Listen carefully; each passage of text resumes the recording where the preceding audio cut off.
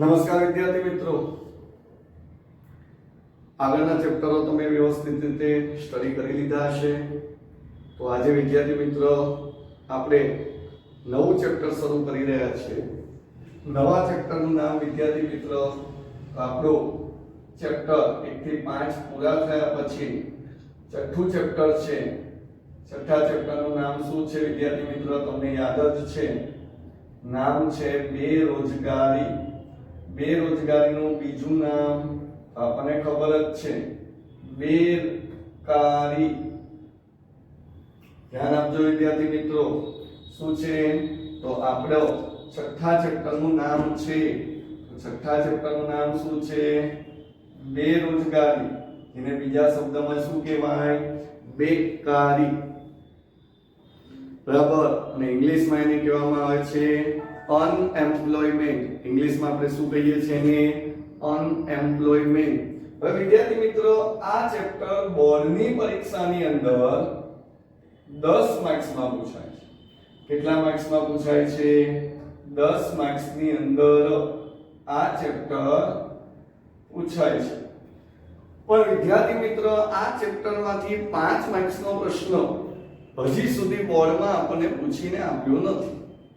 એટલે બ્લુપ્રિન્ટ મુજબ કોઈ દિવસ પહેલા તો ચાલવું નહીં. આપણે આગળના લેક્ચરમાં તમને કીધેલું છે, હજી આ લેક્ચરમાં પણ કહું છું, બ્લુપ્રિન્ટ મુજબ કોઈ દિવસ પરીક્ષાની તૈયારી, વિષયની તૈયારી કરવી નહીં.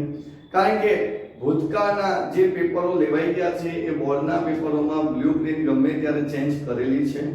એટલે વિદ્યાર્થી મિત્રો ખાસ બ્લુપ્રિન્ટ મુજબ આ ચેપ્ટર કરવું નહીં. આ ચેપ્ટરમાં આમ તો બ્લુપ્રિન્ટ મુજબ 5 માર્ક્સનો પ્રશ્ન પૂછાતો નથી. 5 માર્ક્સનો પ્રશ્ન પૂછાતો નથી. બ્લુપ્રિન્ટ મુજબ આમાંથી આપણને 3 માર્ક્સનો જ પ્રશ્ન મોટામાં મોટો પૂછે છે. બરાબર. એટલે જરૂરી નથી આપણે બધા જ પ્રશ્નો 3 માર્ક્સના કરવાના. આપણે બધા પ્રશ્નો 5 માર્ક્સ રીતે પણ કરવાના. કેમ? કારણ કે બ્લુપ્રિન્ટ ચેન્જ થાય તો આ ચેપ્ટરમાંથી આપણને 5 માર્ક્સનો પ્રશ્ન પૂછશે. બરાબર.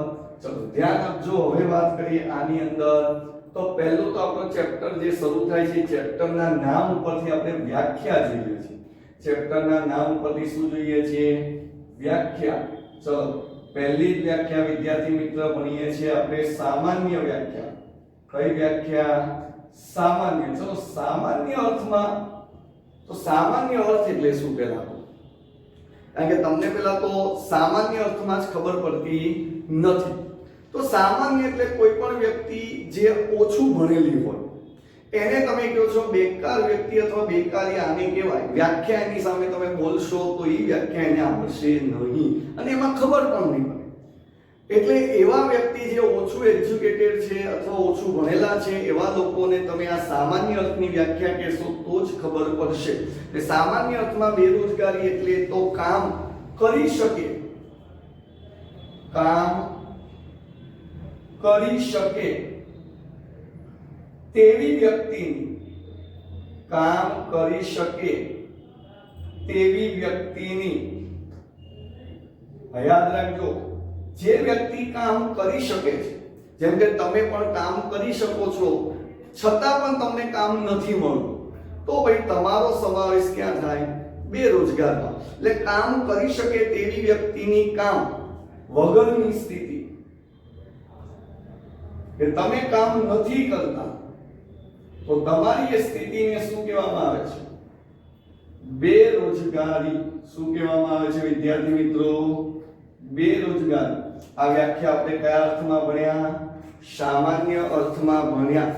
યાદ રાખજો ખાસ કે કામ કરી શકે તેવી વ્યક્તિની કામ વગરની સ્થિતિ, જેને કહેવામાં આવે છે બેરોજગારી.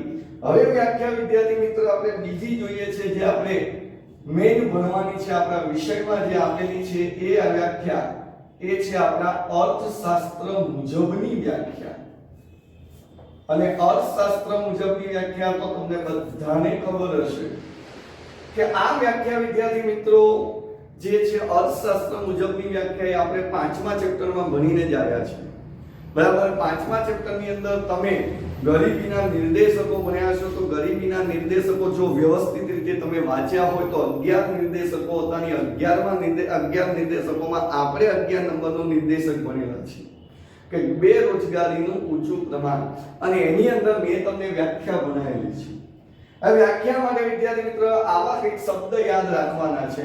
મેં એક વ્યાખ્યા માટે તમને કીધેલું હતું ત્યાં પણ કે આવા શબ્દ યાદ રાખવાના, 5 શબ્દો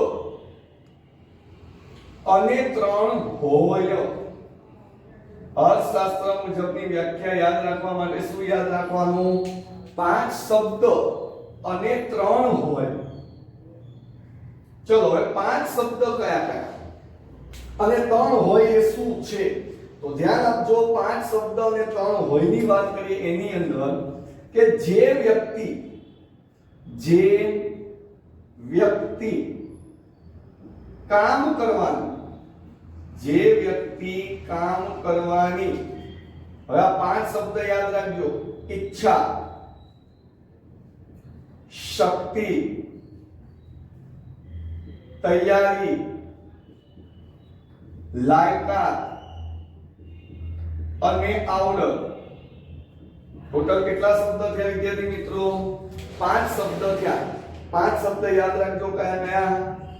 ઈચ્છા, શક્તિ, તૈયારી, લાયકાત, આવડત. કદાચ તમે આ શબ્દમાં ચેન્જ કરો, ચેન્જ એટલે ક્રમ ઉલટ-સુલટ કરો તો ચાલે, કે ઈચ્છા, શક્તિ, આવડત, લાયકાત, તૈયારી લખો તો પણ ચાલે. આ 5 શબ્દો હજી આપણી વ્યાખ્યા અધૂરી છે. 3 હોય કીધું છે. ફરીથી, જે વ્યક્તિ કામ કરવાની ઈચ્છા, શક્તિ, તૈયારી, લાયકાત, આવડત ધરાવતી હોય. હોય શબ્દ પહેલી વખત આવી ગયો. આ 5 વસ્તુ એ વ્યક્તિ ધરાવતી હોય. પછી બીજું હજી અંદર કીધું છે, પાછી એ જ વ્યક્તિ કામની શોધમાં હોય. પાછો એ વ્યક્તિ કામ શોધવા પણ જતો હોવો જોઈએ. અને છેલ્લે કીધું છે હજી ત્રીજી વખત હોયમાં કે પ્રવર્તમાન વેતન દરે કામ કરવા તૈયાર હોય. પ્રવર્તમાન વેતન દરે કામ કરવા તૈયાર હોય, તેમ છતાં તેને કામ ન મળે. આ બધી જ વસ્તુઓ લાગુ પડે છે. તેમ છતાં એ વ્યક્તિને કામ નથી મળતું, તો એ વ્યક્તિને શું કહેવાય? બેરોજગાર. એ વ્યક્તિને શું કહેવાય? બેરોજગાર. અને આવી વ્યક્તિઓ જે છે એની સામૂહિક સ્થિતિ, બધા જ ભેગા થાય તેવી સામૂહિક સ્થિતિને કહેવામાં આવે છે બેરોજગારી. શું કહેવામાં આવે છે વિદ્યાર્થી મિત્રો? બેરોજગારી. એકલાને બેરોજગાર કહેવાય, એનો સમૂહ ભેગો થાય એને બેરોજગારી કહે છે. ફરીથી ધ્યાન આપજો. આ ઇકોનોમિક્સની વ્યાખ્યા છે. જે વ્યક્તિ કામ કરવાની ઈચ્છા, શક્તિ, તૈયારી, લાયકાત, આવડત ધરાવતી હોય, કામની શોધમાં હોય, પ્રવર્તમાન વેતન દરે કામ કરવા તૈયાર હોય, તેમ છતાં એને કામ ન મળે તો તેને બેરોજગાર, અને તેની સામૂહિક સ્થિતિને બેરોજગારી કહે છે. આ આપણી વ્યાખ્યા થઈ ઇકોનોમિક્સની વ્યાખ્યા. ચલો વિદ્યાર્થી મિત્ર, બે વ્યાખ્યા જોઈ, એક સામાન્ય અર્થમાં જોઈ, હવે બીજી વ્યાખ્યા જોઈ આપણે અર્થશાસ્ત્ર મુજબની વ્યાખ્યા. ચલો વિદ્યાર્થી મિત્રો, બંને વ્યાખ્યા શાંતિથી વાંચી નાખો, પછી હજી આગળ વધીએ છીએ આની અંદર. બરાબર? ચલો વાંચી નાખો વિદ્યાર્થી મિત્રો ફટાફટ આ બંને વ્યાખ્યા.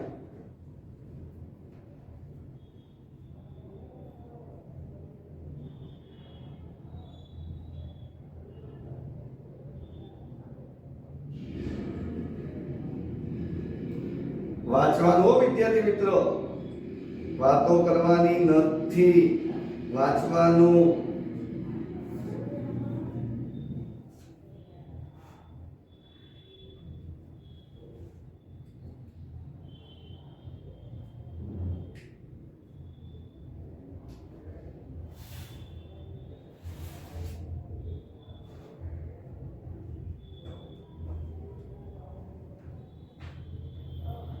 ચલો વિદ્યાર્થી મિત્રો, બંને વ્યાખ્યા વચાઈ ગઈ હોય તો હવે આની અંદર ઘણા વિદ્યાર્થી મિત્રો એવું પણ વિચારે કે સાહેબ કે કોઈ વ્યક્તિ એવી પણ હોય જેને કામ મળે છે છતાં પણ એ કામ નથી કરવા જતો, તો એને આપણે બેરોજગાર કહેવાય કે ના કહેવાય? બરાબર, ધ્યાન આપજો ખાસ. આની અંદર હવે શબ્દ બને છે, બેરોજગારીની અંદર પાછા બે શબ્દ બન્યા, અને આ બે શબ્દ કયા છે તો યાદ રાખજો, અનૈચ્છિક બેરોજગારી, અનૈચ્છિક બેરોજગારી. બીજું છે એ છે સ્વૈચ્છિક બેરોજગારી. અનૈચ્છિક બેરોજગારી, બીજું છે સ્વૈચ્છિક બેરોજગારી. અનૈચ્છિક બેરોજગારીનું બીજું નામ, અનૈચ્છિક બેરોજગારીનું બીજું નામ ફરજિયાત સ્વરૂપની બેરોજગારી. ફરજિયાત સ્વરૂપની બેરોજગારી. યાદ રાખજો વિદ્યાર્થી મિત્રો, ફરજિયાત સ્વરૂપની બેરોજગારી. બરાબર, ફરીથી યાદ રાખજો, બેરોજગારમાં આપણે શું ભાગ પાડ્યા? બે કયા કયા? તો બે યાદ રાખજો ખાસ, અનૈચ્છિક અને સ્વૈચ્છિક. હવે અનૈચ્છિક અને સ્વૈચ્છિક આ બંનેની વ્યાખ્યા પછી અલગથી પૂછે છે. બંનેની વ્યાખ્યા આપણને શું પૂછે છે? અલગથી પૂછે છે. યાદ રાખજો, પહેલા તો અનૈચ્છિક નું બીજું નામ ફરજિયાત સ્વરૂપની બેરોજગારી. ચલો એની વ્યાખ્યા ભણીએ છે. પહેલા કે પ્રવર્તમાન વેતન દરે જે વ્યક્તિ, કયા વેતન દરે? પ્રવર્તમાન વેતન દરે જે વ્યક્તિ, પ્રવર્તમાન વેતન દરે જે વ્યક્તિ કામ કરવાની ઈચ્છા, શક્તિ અને તૈયારી ધરાવતો હોય. ફરીથી યાદ રાખજો, પ્રવર્તમાન વેતન દરે કામ કરવાની ઈચ્છા, શક્તિ અને તૈયારી ધરાવતો હોય, તેમ છતાં એને કામ વિના બેસી જ રહેવું પડે છે. તેમ છતાં એને કામ વિના શું કરવું પડે? બેસી રહેવું પડે છે. તો એ સ્થિતિને શું કહેવામાં આવે છે? અનૈચ્છિક બેરોજગારી. કેમ? એને કામ તો કરવું જ છે. પ્રવર્તમાન વેતન દર, પ્રવર્તમાન વેતન દર એટલે વિદ્યાર્થી મિત્ર યાદ રાખજો કે બજારમાં જે ચાલી રહ્યો હોય એ વેતન દર. કે સામેવાળો વ્યક્તિ 10,000 આપવા તૈયાર છે તો આપણે 10,000 માં કામ કરવા તૈયાર છે, એવો વેતન દર. તેમ છતાં એ વ્યક્તિ એટલે કે કામ કરવાનું ઈચ્છા પણ ધરાવે છે, શક્તિ પણ ધરાવે છે અને તૈયારી પણ છે. કે સામેવાળી વ્યક્તિ કે 10,000 માં નોકરી કરવી હોય તો આવી જાઓ, એ રીતે પણ એ વ્યક્તિ તૈયાર છે.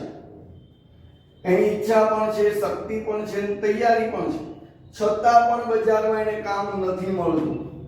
તો પછી એવી સ્થિતિને, કામ વિના જે બેસી રહે એની એવી સ્થિતિને શું કહેવામાં આવે છે? અનૈચ્છિક બેરોજગારી, જેને કહેવાય ફરજિયાત સ્વરૂપની બેરોજગારી. કારણ કે ફરજિયાત બેરોજગાર બેઠો છે. ચલો હવે વ્યાખ્યા એ સ્વૈચ્છિક બેરોજગારી. હવે વ્યાખ્યા કોની ભણીએ છીએ વિદ્યાર્થી મિત્રો? સ્વૈચ્છિક બેરોજગારી. ચલો સ્વૈચ્છિક બેરોજગારીમાં ધ્યાન આપજો. સ્વૈચ્છિક એટલે જાતે.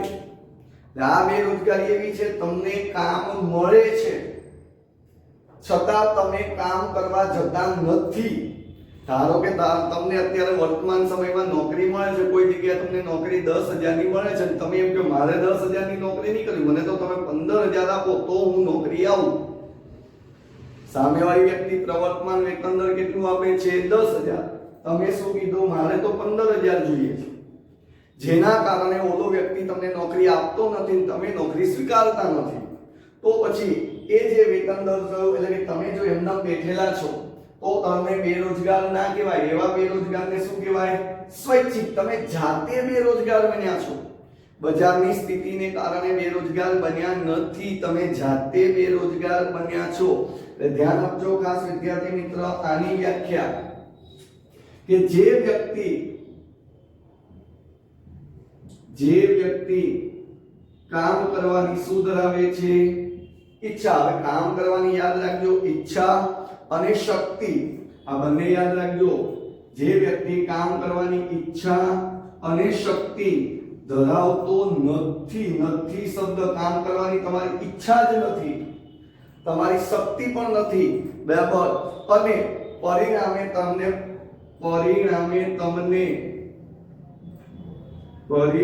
તમને પ્રવર્તમાન વેતન દરે, કયા વેતન દરે? પ્રવર્તમાન વેતન દરે. યાદ રાખજો, તમારી કામ કરવાની ઈચ્છા પણ નથી, શક્તિ પણ નથી, પરિણામે તમે કામ કરવા જતા જ નથી, કામ વગર બેસી રહ્યો છો. પ્રવર્તમાન વેતન દરે કામ કરવા તમે તૈયાર જ નથી. તો આવી સ્થિતિને શું કહેવામાં આવે છે? તો આવા બેરોજગારને શું કહેવામાં આવે છે? તો આવા જ બેરોજગારને કહેવામાં આવે છે સ્વૈચ્છિક બેરોજગાર. કયા બેરોજગાર? સ્વૈચ્છિક બેરોજગારો. ચલો ફરીથી યાદ રાખજો, આપણે ટોટલ 4 વ્યાખ્યા ભણ્યા. સામાન્ય વ્યાખ્યા કે કામ કરી શકે તેવી વ્યક્તિની કામ વગરની સ્થિતિ એટલે બેરોજગારી. અર્થશાસ્ત્ર શું કહે છે? તો એમાં આપણે વ્યાખ્યા કીધી હતી. શું યાદ રાખવાનું? 5 શબ્દ અને 3 હોય. એમાં કીધું તું જે વ્યક્તિ કામ કરવાની ઈચ્છા, શક્તિ, તૈયારી, લાયકાત, આવડત ધરાવતો હોય, કામની શોધમાં હોય, પ્રવર્તમાન વેતન દરે કામ કરવા તૈયાર હોય, તેમ છતાં તેને કામ ન મળે તો તેને બેરોજગાર કહેવાય.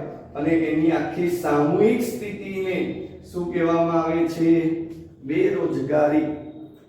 ચાલો બેરોજગારીની અંદર પાછળ ભાગ પાડ્યા. અનૈચ્છિક બેરોજગારી અને સ્વૈચ્છિક બેરોજગારી. અનૈચ્છિક બેરોજગારીની વ્યાખ્યા કીધી, પ્રવર્તમાન વેતન દરે જે વ્યક્તિ કામ કરવાની ઈચ્છા, શક્તિ અને તૈયારી ધરાવે છે છતાં એને કામ વિના બેસી રહેવું પડે છે, તો એને કહેવાય ફરજિયાત સ્વરૂપની, એટલે ફરજિયાત બેરોજગાર છે, એને તો કામ કરવું જ છે, બરાબર. એનું બીજું નામ કીધું અનૈચ્છિક બેરોજગારી.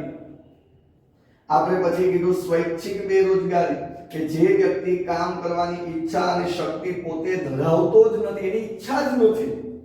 જેમ ઘણા વિદ્યાર્થીને ભણવાની ઈચ્છા ન થતી હોય અને ભણવાની ઈચ્છા ના થાય એના કારણે પોતે રિઝલ્ટ ના લાવી શકતો. ઘણા વિદ્યાર્થી કહેતા હોય સાહેબ ભણવાનું યાદ જ નથી રહેતું, મારે ટકાવારી બધા ધોરણમાં ઓછા જ આવે છે. કેમ ઓછા આવે? એનું કારણ તમે પોતે જ છો. કારણ કે તમારે ભણવાની ઈચ્છા શક્તિ જ નથી એટલે તમારું રિઝલ્ટ ઓછું જ આવવાનું છે. પહેલા તો ભણવાની તમારે ઈચ્છા રાખવી પડે. મમ્મી પપ્પા સાહેબ કે ત્યારે જ આપણે વાંચવા બેસતા હોઈએ તો સમજી લેવાનું તમે ભણવાની ઈચ્છા ધરાવતા જ નથી. કારણ કે આમ તો મમ્મી પપ્પા સાહેબ કે ત્યારે તમે બેસો, જાતે બેઠા, જો જાતે બેઠા હોય તો જ તમારી ઈચ્છા શક્તિ છે એવું કહી શકાય. એ રીતે કામ કરવાની વાત કરીએ કે વ્યક્તિ કામ કરવાની ઈચ્છા અને શક્તિ ધરાવતો નથી, પરિણામે પ્રવર્તમાન વેતન દરે કામ કરવા પણ પોતે તૈયાર નથી, કામ મળતું હોય છતાં કામ મેળવવા તૈયાર નથી, તો પછી આવા બેરોજગારને સ્વૈચ્છિક બેરોજગાર કહે છે. કયો બેરોજગાર કહેવાય? સ્વૈચ્છિક બેરોજગાર. આ અનૈચ્છિક છે અને આ સ્વૈચ્છિક બેરોજગાર કહેવાય. ટોટલ 4 વ્યાખ્યા પૂરી થઈ ગઈ. ચલો વાંચી નાખો વિદ્યાર્થી મિત્રો, પછી આગળ હજી આ ચેપ્ટરમાં થોડું ભણીએ છીએ. ચલો ફટાફટ વાંચી નાખજો, બરાબર. પછી આગળ હજી શરૂ કરીએ છીએ નવા પ્રશ્ન તરફ.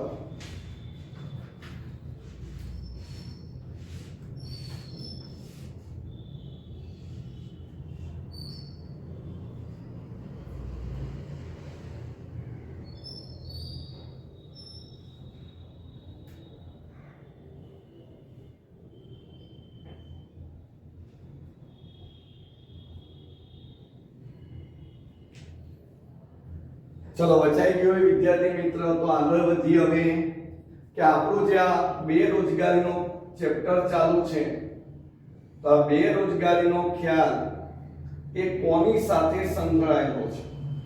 તો ધ્યાન આપજો, બેરોજગારીનો ખ્યાલ એ શ્રમના સક્રિય પુરવઠા સાથે સંકળાયેલો છે. કોના સાથે? શ્રમના સક્રિય પુરવઠા સાથે. 1 માર્ક્સનો મોસ્ટ આઈએમપી પ્રશ્ન કે બેરોજગારીનો ખ્યાલ કોની સાથે સંકળાયેલો છે?